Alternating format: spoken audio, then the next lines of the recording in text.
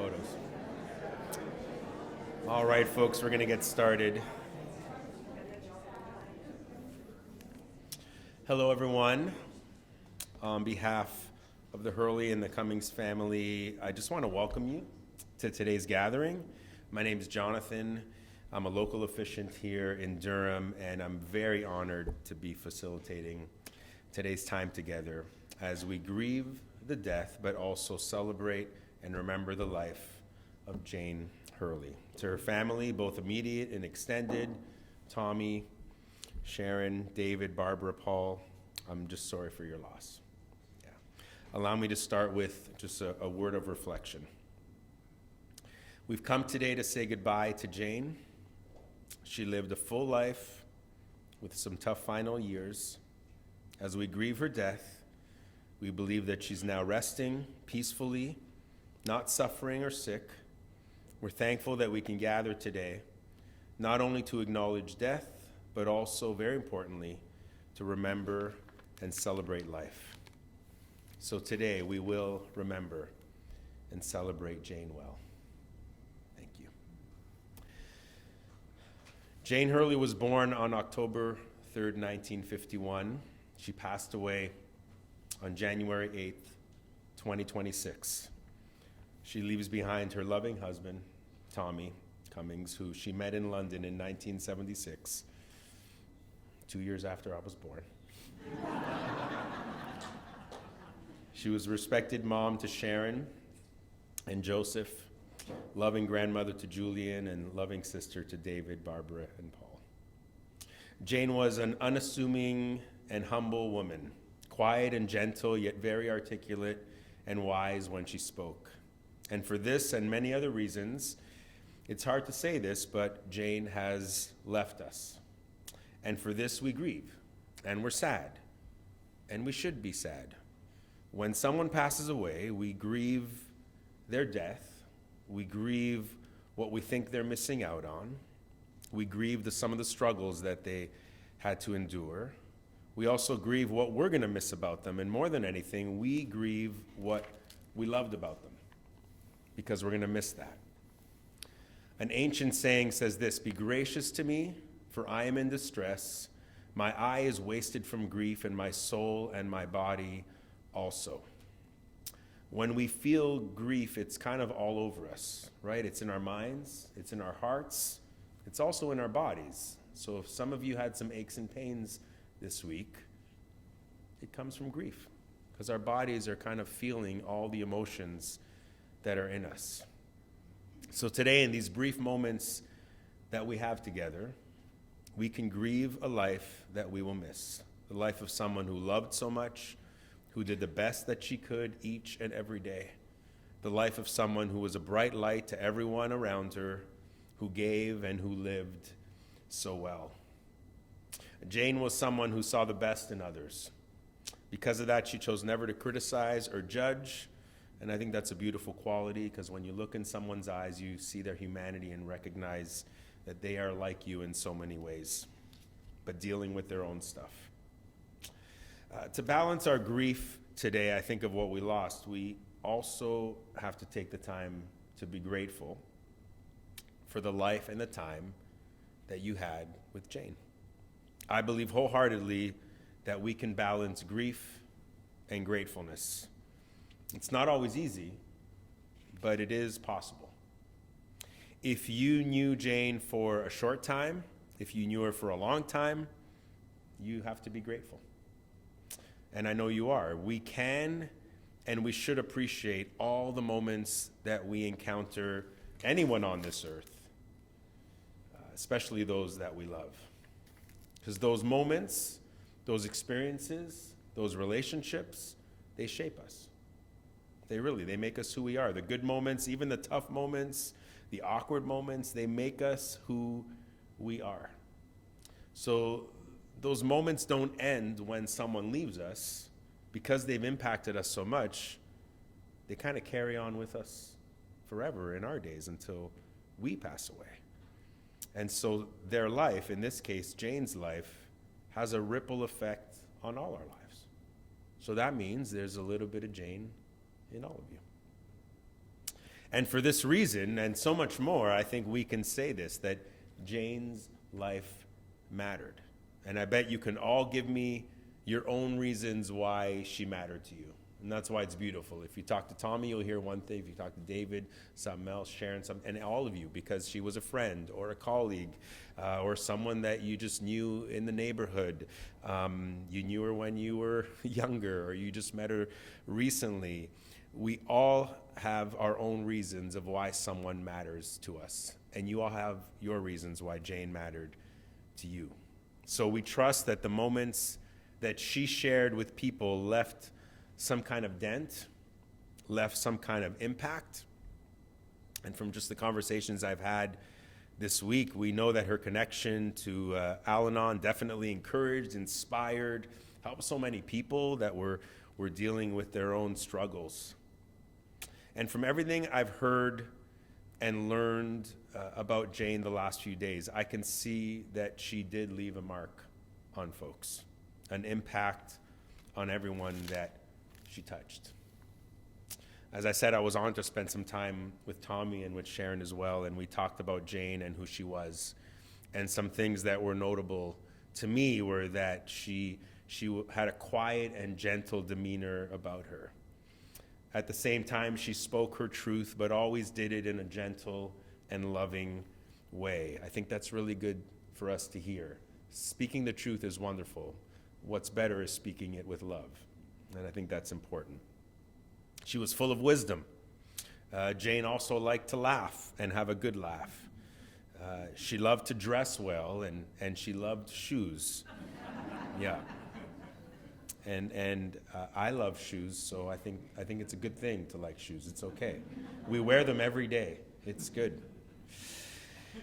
Jane felt deeply about developing the gifts that we'd been given in our lives for herself and for other people. And when Tommy shared that little bit of info about her, I thought that was such a beautiful thing. I think it's important because we all have things that are just unique to us, right? And that uniqueness actually makes the world better. Whatever it is that we are, our personality, our character traits. So I want you to take Jane's advice and figure out what you are particularly good at, not just what you want to be good at, but what you are innately good at, work at it, and then offer it to a world that needs you in it. I think that's something we can take from her today.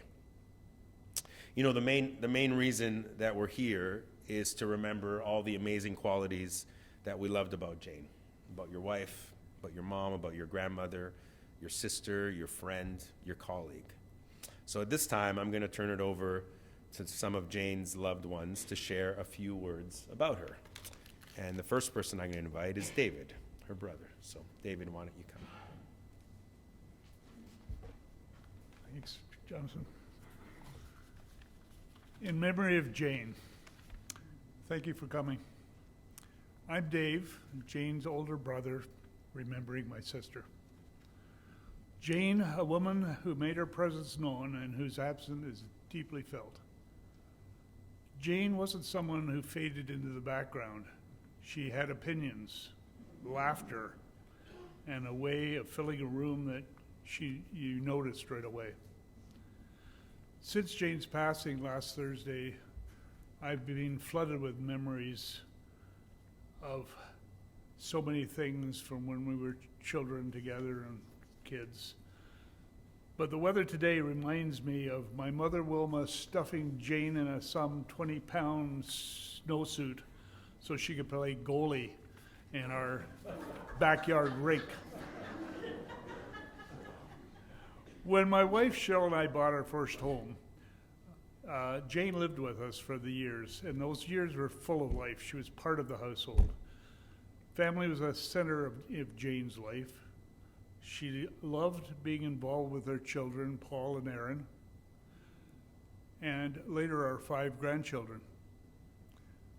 When the kids were young, Jane never missed a birthday party. She loved the celebrations, the energy, the noise, and being right in the middle of it all.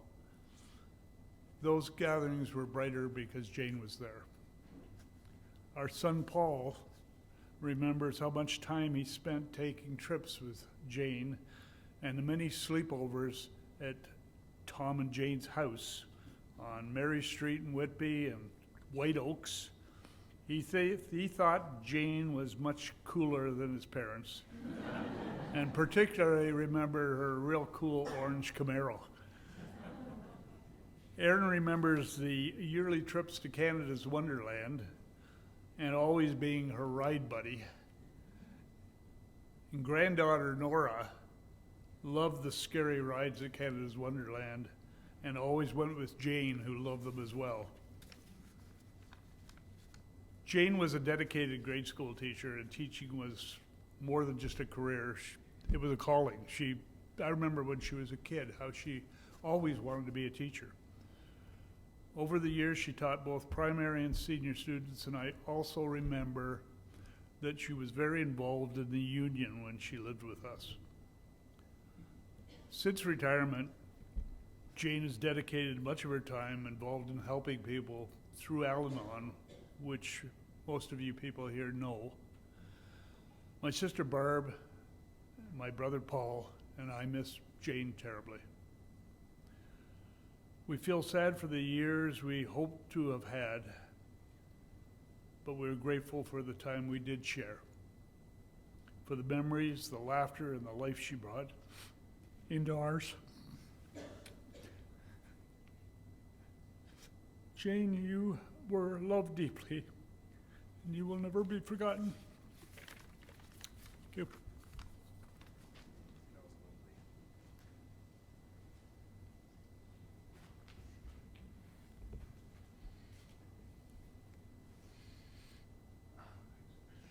Thank you for sharing those words, David.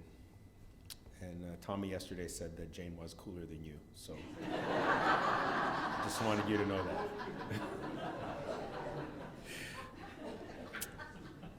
I'm going to invite Joanne to come up and share a few words. There she is.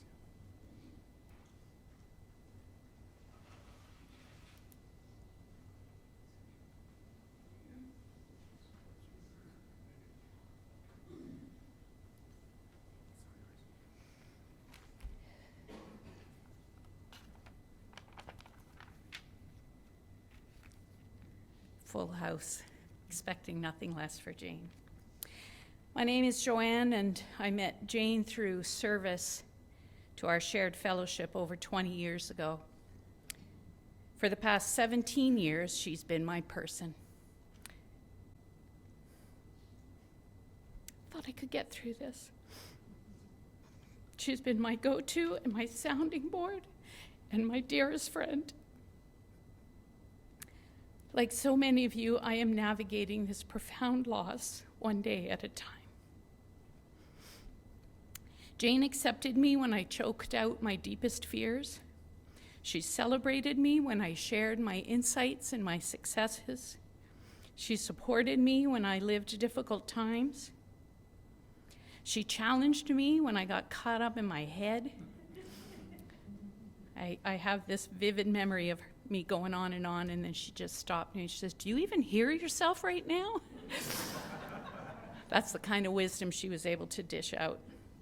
She loved me when I didn't feel very lovable, and she shared her deep, evolving, messy faith with me as we walked the spiritual path together.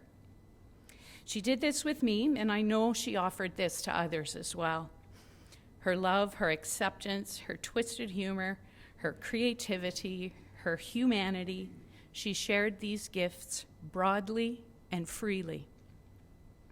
I recently saw something on social media, and it read, "You don't realize how rare it is to feel completely unjudged until you find a friend that you don't have to edit yourself around. Being that unguarded with someone changes the way you breathe in the world." And Jane changed how I breathe in the world. In early December, I celebrated a milestone birthday. Jane really, really wanted to come to my birthday party in Ottawa. A couple of days before the party, she let me know that she wouldn't be able to make it. She was struggling with her breathing, and she realized it would really just take too much out of her. to make that trek. So she knew that celebrating myself doesn't always come easily to me, and on my birthday, she sent me so much birthday love. I got texts, e-cards, memes galore, virtual hugs. She sent me a text a couple of hours before my party and wanted to know if I was getting excited about my party. Then about half an hour into my party, in walks Jane. I stared at her because my brain was glitching. I was like, is that Jane? Like, what is Jane doing here? And then, of course, I started crying and hugged her and held her. And it really was the bestest birthday gift that I got that day. And I can't thank Tommy enough for making that happen. One of the bits of wisdom Jane often shared with me was a quote from the poet Ovid. And it says, "Take rest.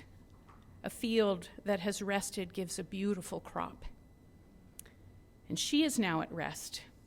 Finally, she can breathe. And indeed, she has given a most beautiful crop, and one that will nourish me for all of my remaining days. I'm going to finish by sharing a reading that was very special to Jane, and I'm going to read it from her book in her very fancy storage system. This is a book that she read so much that it's falling apart, and we need a baggie to hold it together. But I'll finish with this, because this truly was one of her favorite readings. I think many of you will recognize this reading. The idea of faith and trust can be illustrated in a little story about a high wire act. The acrobat stands on a platform far above the crowd and asks if they believe he can walk the 40-foot high wire to the other platform. The audience responds. He crosses over successfully and they applaud. Next, he stands poised to push a wheelbarrow across and asks if they have faith that he can do it. They cheer him on and they applaud again. Then he asks, who has enough trust to climb into the wheelbarrow while he pushes it across the wire? We need enough trust in our higher power to climb into his wheelbarrow only one day, one performance at a time. And so in her final act, Jane has indeed climbed into God's wheelbarrow. And I know that we can trust that she has made it safely to the other side. Thanks.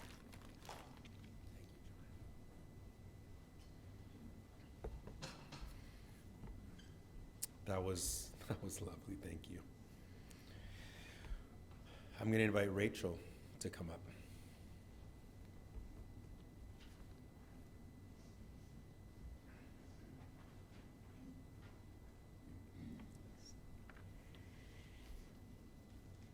Jane was my wonderful friend. My family and I were in Canada just over a year when we met Jane in 1989. So we've been friends for 36 years. We became fast friends. It seems such a long time now, and yet it's gone in the blink of an eye. We worked together and lived across the road from one another, and then we lived down the road from one another the next time we all moved. And Jane and Tommy became aunt and uncle to our children. Jane even taught our youngest, Ross, at St. Matthew's and was sponsor to our daughter, Aoife, for her confirmation. We spent many Thanksgivings and Christmas dinners together as a family. And we would have spent this last one too. But it wasn't to be. We went through lots of ups and downs, sharing confidences, laughing until our sides hurt, and always supporting one another. It was okay as long as we both weren't down at the same time. That was the deal we made. So many cups of tea and endless chats and laughs. I could go on, but I won't. The rest remains in my heart. Life just won't be the same without you, Jane. I love you and miss you already. And I'll just finish with a short poem that I think says it all. For my friend, you did not leave us, not really. You only walked ahead into a light we cannot yet see, but feel in every quiet moment. Your laughter still lives in our hearts, your kindness in the lives you touched. We will carry you in all our days until we meet again in peace. Rest now, dear friend, you are deeply loved and always will be. May God bless you and hold you in the palm of his hand. Thank you. Thank you so much. Thank you, Rachel. Again, such lovely words. I'm going to invite Mary Jo to come up and share some thoughts.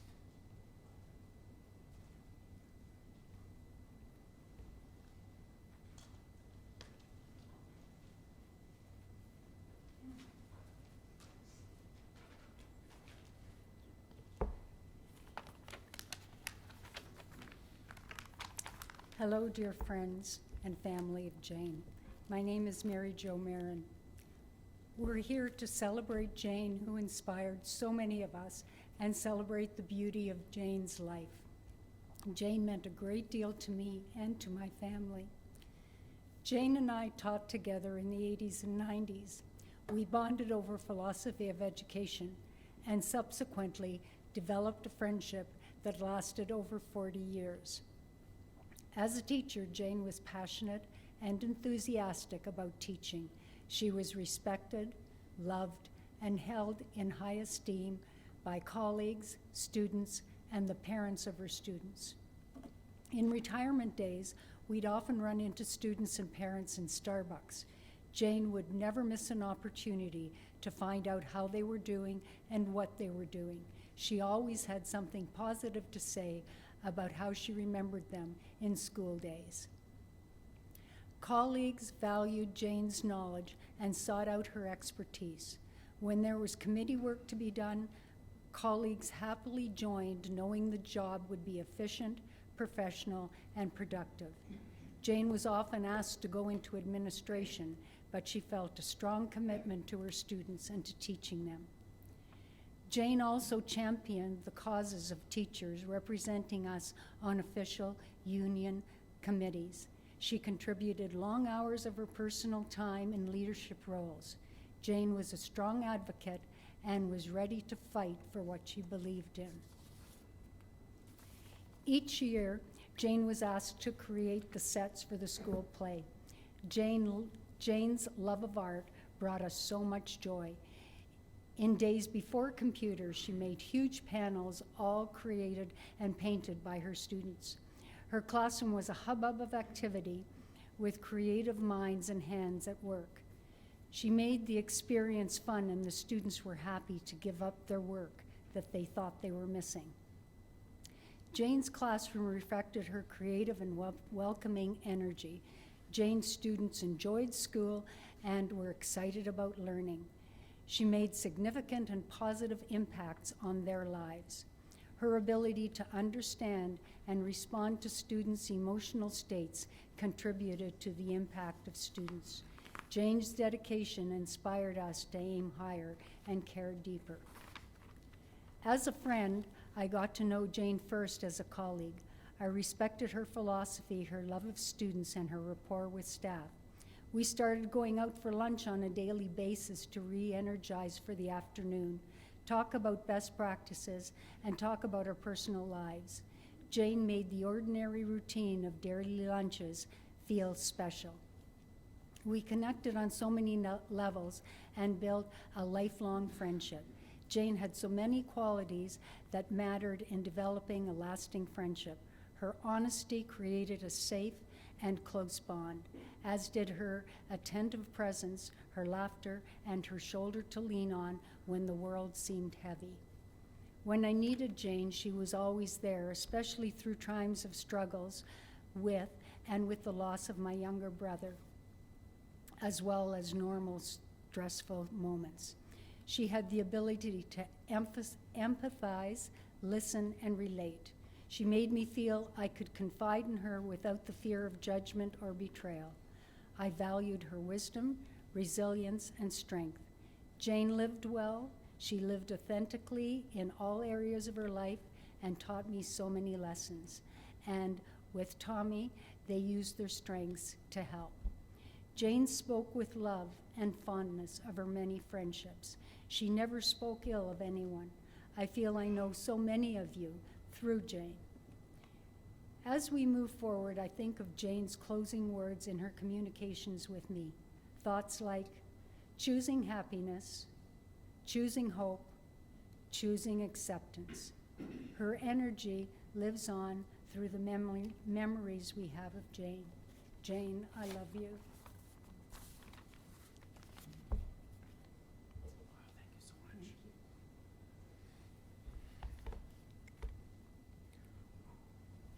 Thank you so much, Mary Jo. I love that last thing you said. We have a choice on most days to choose hope and happiness and peace. That's good. I'm going to invite two more people up together, Rosemary and Joan, and we'll be hearing from them.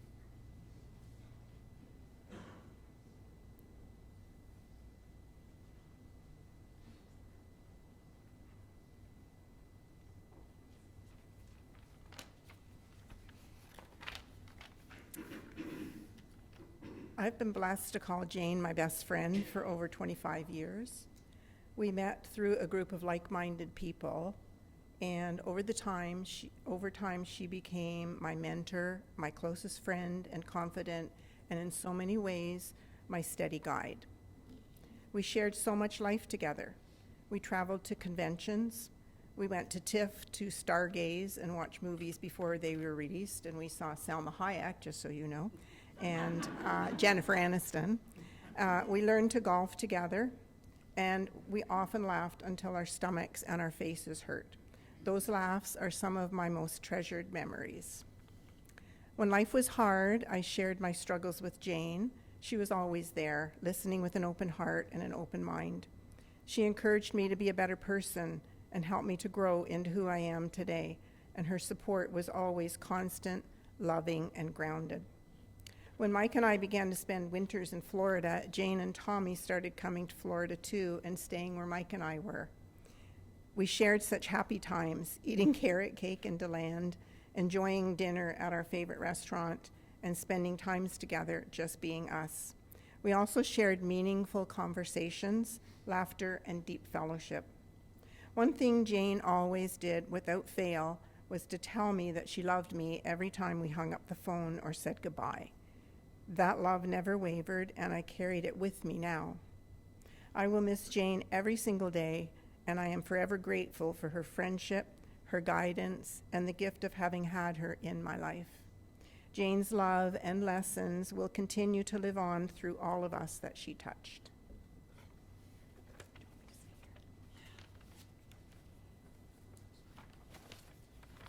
Hi everyone, my name's Joan. I can echo many of the things that have already been shared, and I'm happy to hear many things about the life before I really knew Jane, about her work life, which I knew about, but in more detail. Jane and I were soul sisters, and I will carry her in my heart forever. This poem, which Tommy has asked me to read, talks of the soul dying. For me, that is our earthly experience, and I know though Jane's body failed her, her spirit is soaring free in God's light. When Great Trees Fall by Maya Angelou. I have to take my glasses off. When great trees fall, rocks on distant hills shudder. Lions hunker down in tall grasses, and even elephants lumber after safety. When great trees fall in forests, small things recoil into silence, and their senses eroded beyond fear. When great souls die, the air around us becomes light, rare, sterile. We breathe briefly, our eyes briefly see with hurtful clarity. Our memory, suddenly sharpened, examines, gnaws on kind words unsaid, promised walks never taken. Great souls die, and our reality, bound to them, takes leave of us. Our souls, dependent upon their nurture, now shrink, wizened. Our minds, formed and informed by their radiance, fall away. We are not so much maddened as reduced to unutterable ignorance of dark, cold caves. And when great souls die, after a period, peace blooms, slowly and always irregularly. Spaces fill with a kind of soothing electric vibration.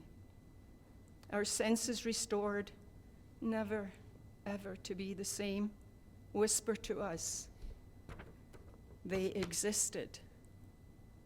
They existed. We can be, and be better, for they existed. I love you, Jane. Miss you every day.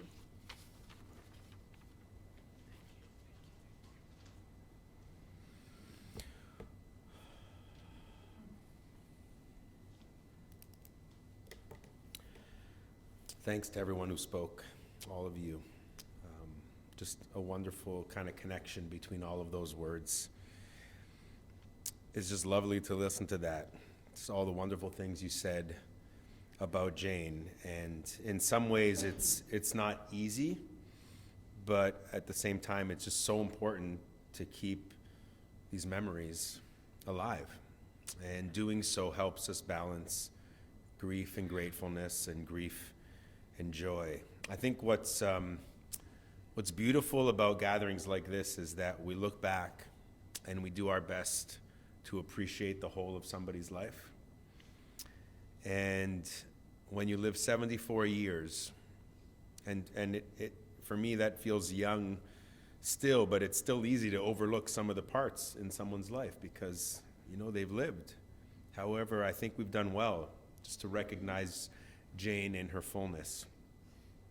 Today and the days to come are for you to remember and be grateful for all the good that came from her. And even though we've lost someone we love, being grateful and looking to joy helps memories live on.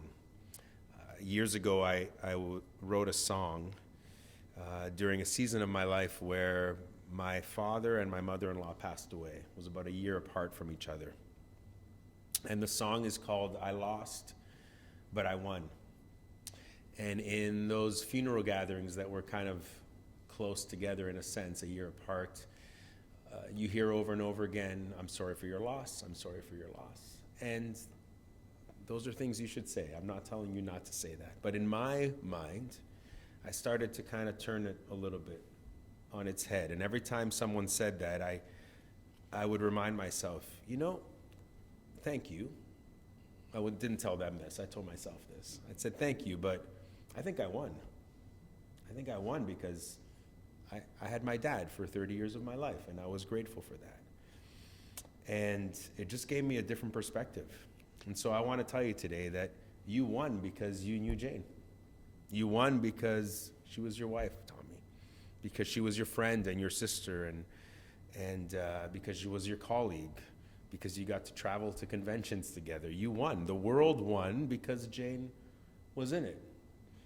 And so as much as we say we're sorry for your loss, when someone says it, just be reminded, if it's someone that loved you and you loved them, remember that you won because they were in your life. So yes, we grieve her loss, but are so thankful for the time that we did have. And we can do that. When we do that, she will live on in our hearts where her goodness, her generosity, her wise spirit will always remain. There's been a few poems read today, and I'm going to add one more. And it goes like this. You can shed tears that she is gone, or you can smile because she has lived. You can close your eyes and pray that she will come back, or you can open your eyes and see all that she has left you. Your heart can be empty because you can't see her, or you can be full of the love that you shared. So remember, most of all, balance grief and joy. It's okay to be sad, and it's expected. And take that process, but definitely hold on to the joy that this wonderful person brought you. Maybe you felt some joy even today, just talking. I love hearing the chatter before a funeral, by the way. There's something beautiful about it. And maybe you were reminded of a story about Jane, or you reconnected with an old friend, and it just brought a beautiful memory to your mind. And I bet some of you said this, and you might still say it later when we have a reception, which, by the way, after this gathering will be down the hall to your right. But you might have said, "It's so good to see you. I wish it was under different circumstances." Anybody say that? You don't have to put your hand up. Don't say it. You don't have to admit it. And I understand that. But instead, I want you to think about this. When you say it, maybe during the reception, say, "It's so good to see you. Jane's life brought us together today." How about that? And I'm so thankful for that, and I'm thankful for her. Yeah. So I'm going to invite Tommy to come and just say a couple words before we wrap up today. Thank you so much. You're so welcome. Thanks. Hi, everybody. I'm Tommy. I'm Jane's husband. And I just want to thank everybody for being here today. You know, Jane's beautiful friends and family. We've had people come here from Michigan, from Ottawa, from London. You know, the unwavering support, you know, has carried me through, you know, my family and that. And I just want to say a couple of things. You know, Jane's left a legacy, and I don't have to go on. You know, you've said it all, and I thank you for taking part. So I just wrote a couple of little things. Jane was really quirky, and we had these things that, you know, we laughed about later. And there's just a couple of them. I'll just give you a little bit of background quickly. You know, okay, I don't really need to look at this. Jane and I, it's been said before, we met in London in England in a pub, the Royal George, just by Euston Station. Yeah, exactly. Jane was going over to meet her mum in Ireland. You know what, I got to share this story quickly. So anyway, I'd taken the train down from Liverpool to London, and I met this guy on the train. We had a few drinks in the bar. He said, "Would you like to have a drink in the bar, the George, outside of Euston?" So I said, "Yeah, no problem." So we got in there, we were getting a pint, and then he'd gone up to the bar, and he came back, and he goes, "Hey," he said, "you know what?" He said, "There's a real beautiful looking girl up there." And he said, I went up to her and I said, "I bet I know where you're from." And she said, "Excuse me?" He said, "You're Irish. You've got a pint of Guinness there and a packet of McDonald's cigarettes with the green packet." I'm going, he came back to me and I'm going, uh-oh. So anyway, Jane thought, who is this loser, right? So I got rid of the guy. I said, "You know, you need to go." So anyway, on the way out, I stopped and said, hi there. I said, I was a friend of this guy. Well, I didn't really know him. I met him in the bar car on the train on the way down. I said, "I'm so sorry. Would you like to come and have a drink with me?" That was it. Love at first sight, and I knew, we both did, that she was the love of my life.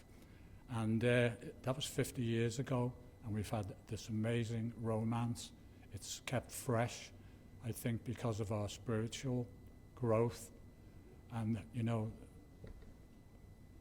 I just want to say a couple of little things about Jane's quirks.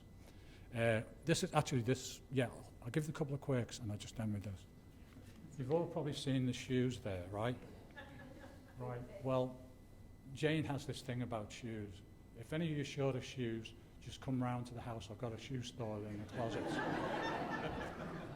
Anyway, we were in London, England one time, and we happened to go into Selfridges, you know, which is a pretty high-end up store in Oxford Street, and Jane said, do you mind if I go and look at the shoes? And I went, oh no, I better go and buy another set of luggage here to take back.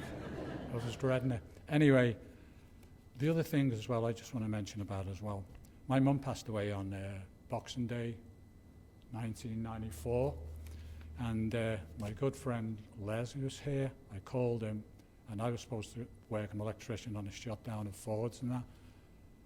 And I was like, what do I do? It's Boxing Day. I need to go home, and support my family. And so Les said, you know what, let's just drive around. There was no internet in those days.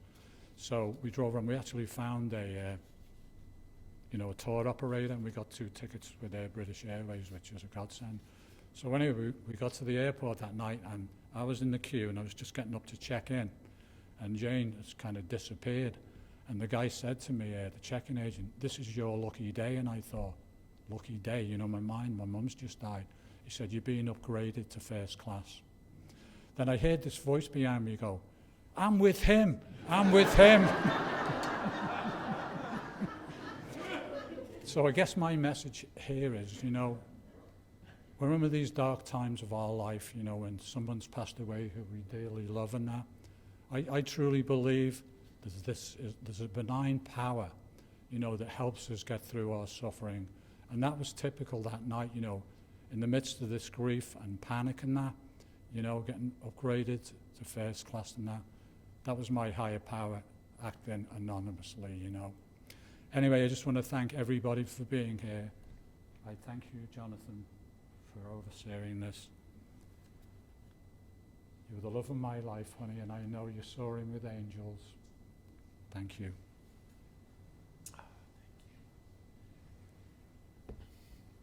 Thanks, Tommy, for sharing that.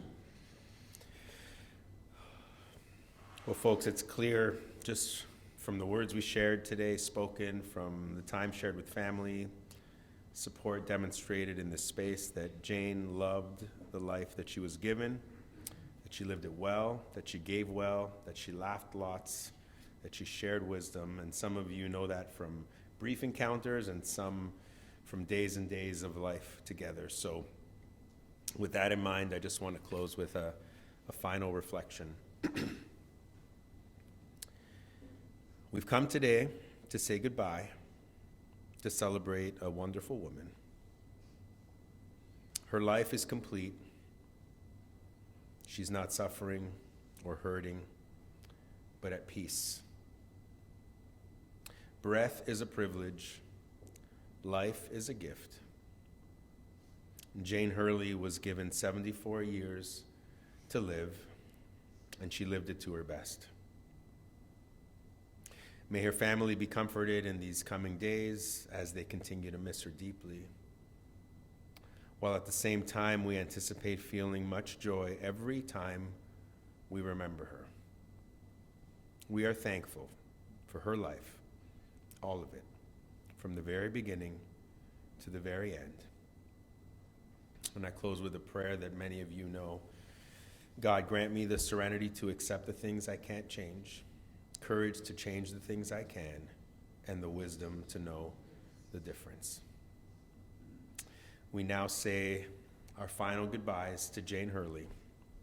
From earth to earth, ashes to ashes, dust to dust. For every joy that passes, something beautiful remains. Thank you so much for being here today, folks. I invite the funeral director just to come in and lead us. As I said, there's a reception that's happening down the hall to your right, so we invite you all to be there and to continue the conversation.